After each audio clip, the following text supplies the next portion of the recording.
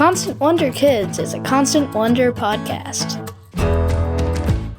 Hi, Wonder Kids. It's Paige.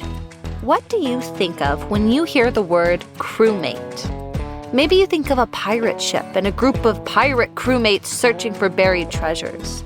Or maybe you think of a cleaning crew at your school where kids work together to make the community a better place.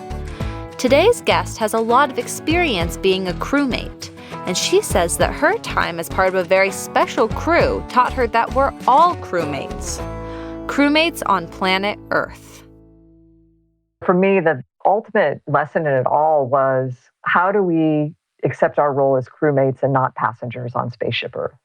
If we can live like crewmates on this machine in space and acknowledge the health and well-being of all of our crewmates on this machine in space, we absolutely need to be doing that on our planetary spaceship. This is Nicole Stott.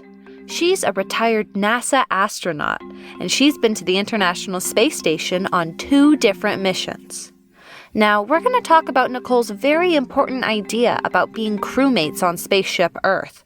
But first, I want to hear all about what it's like to fly on a space shuttle and live on a space station. Listen to Nicole describe what it's like to be on a shuttle as it blasts off. You've been sitting in that place, laying on your back, waiting to go for a couple hours now, just really quietly, peacefully, maybe even napping while you're waiting to go. And then out of nowhere, it seems, comes this energy from those boosters. Can you imagine that?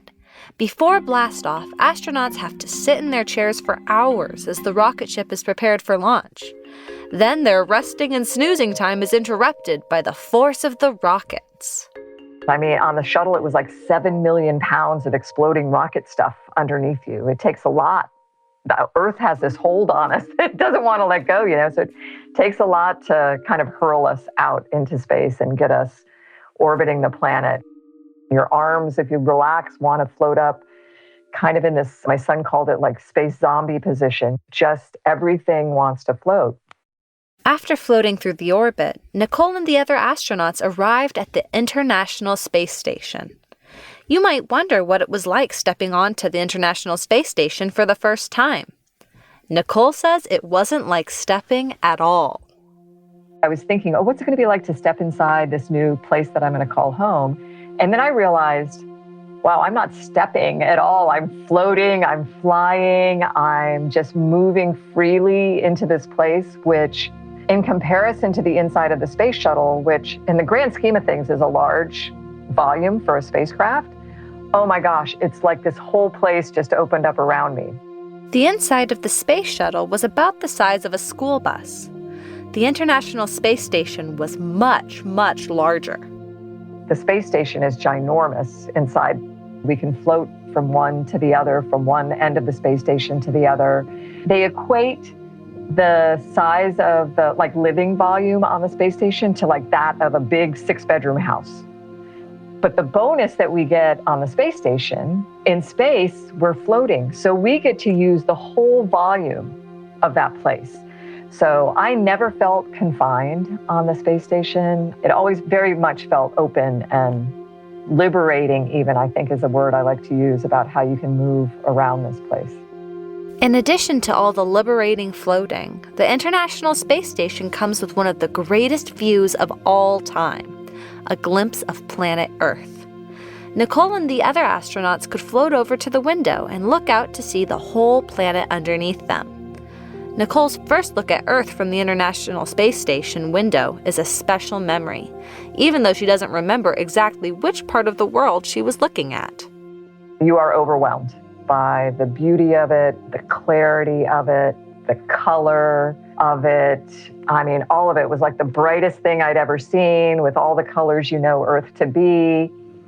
I don't remember where it was the first time when I floated up into one of those space shuttle windows and looked out. I do not remember where we were. I know there was water, but I was just so captivated by the color and the brightness that was just well beyond what I had even imagined. Even though Nicole got to see this view out the window every day, she never got sick of it. That sense of awe, that sense of wonder looking out that window never dulled.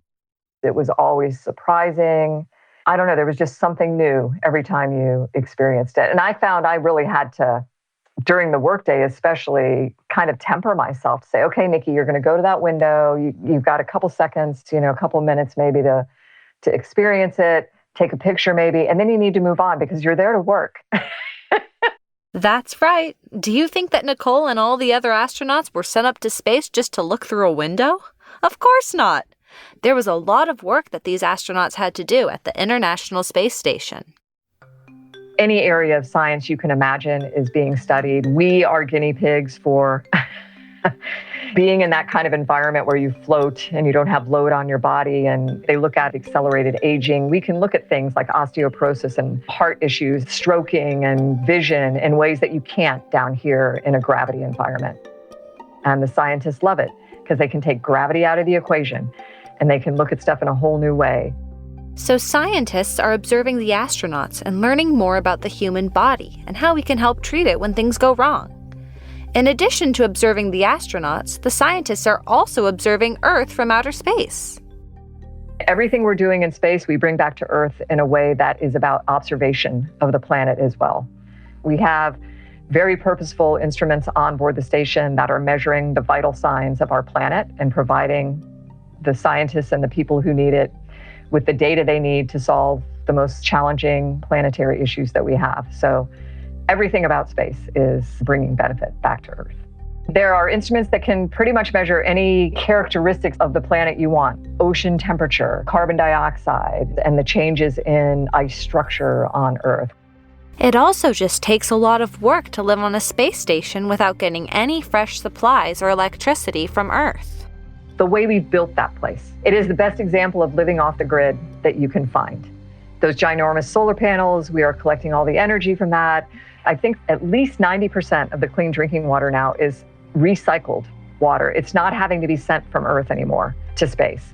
And that same system has been brought back to Earth, modified in a way that places on Earth that never had clean drinking water before now can experience that as well, thanks to what we had to develop to go to space.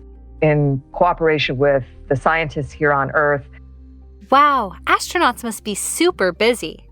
Even with all of their experiments and the maintenance required to live on a space station, Nicole still found some time to relax and do something that she loves: watercolor. It was absolutely one of the personal highlights of flying in space for me, to be able to paint at night just a little bit. I painted a view of a place that I thought was really beautiful on Earth. When I looked through the window, it looked like somebody had reached a big paintbrush down already and painted a wave on the ocean. This tiny little chain of islands on the northern coast of Venezuela called Las Rocas. And as you can imagine, you can't float in front of the window and paint what you're seeing because, at 5 miles a second, it's going to be gone before you can get the brush to the paper. I was able to print out a picture of it and then just use that as my reference and paint it a little bit every night. It wasn't necessarily more difficult. It was just different. And you have to learn that about everything you're doing up there: how you eat, how you float, how you wash your hair, do science. It's all a little bit different, but not necessarily more difficult. And so instead of a cup of water, because we don't have cups of water, I would dip my brush in this floating ball of water.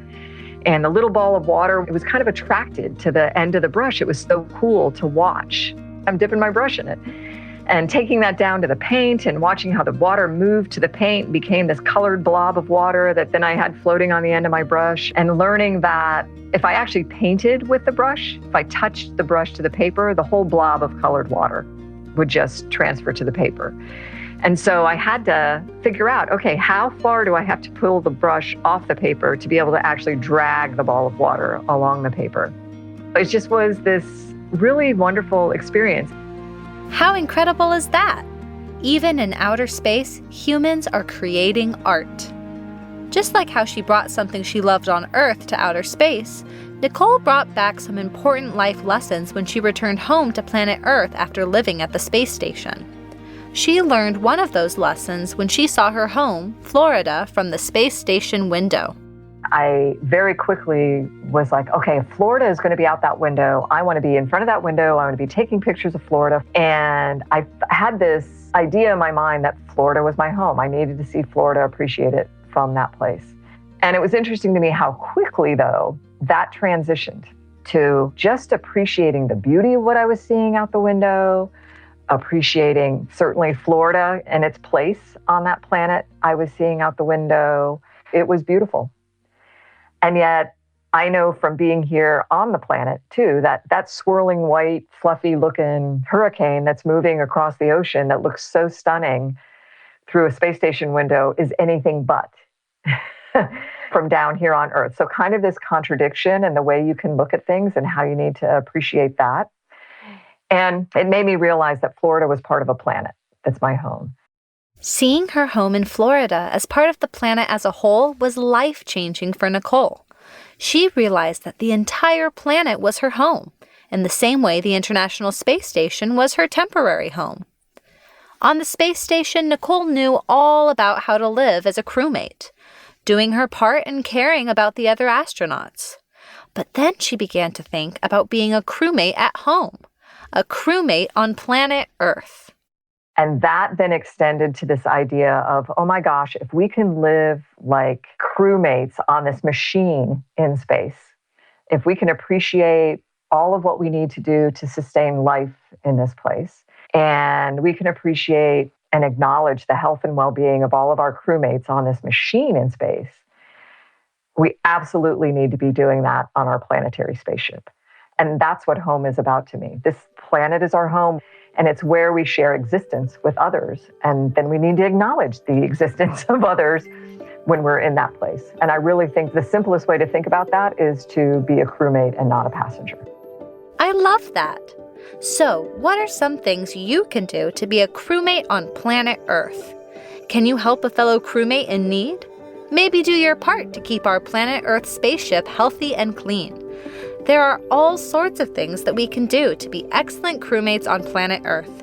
And I know that when we remember that we are crewmates and not just passengers, we can make the world a better place.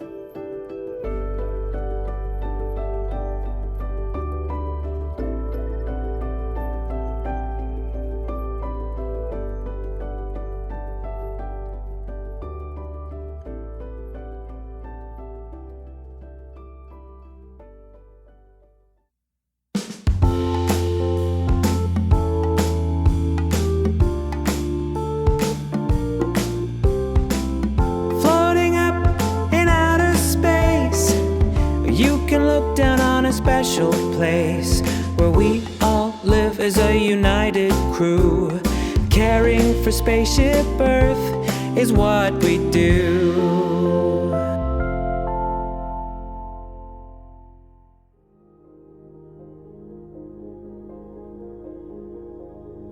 Now here's some great info for parents. I'm Marcus Smith, host of Constant Wonder.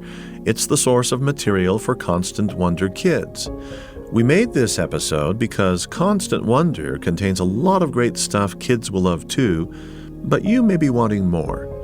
We have an entire episode devoted to Nicole Stott's time in space and the message that she has dedicated to sharing now that she's back on Earth.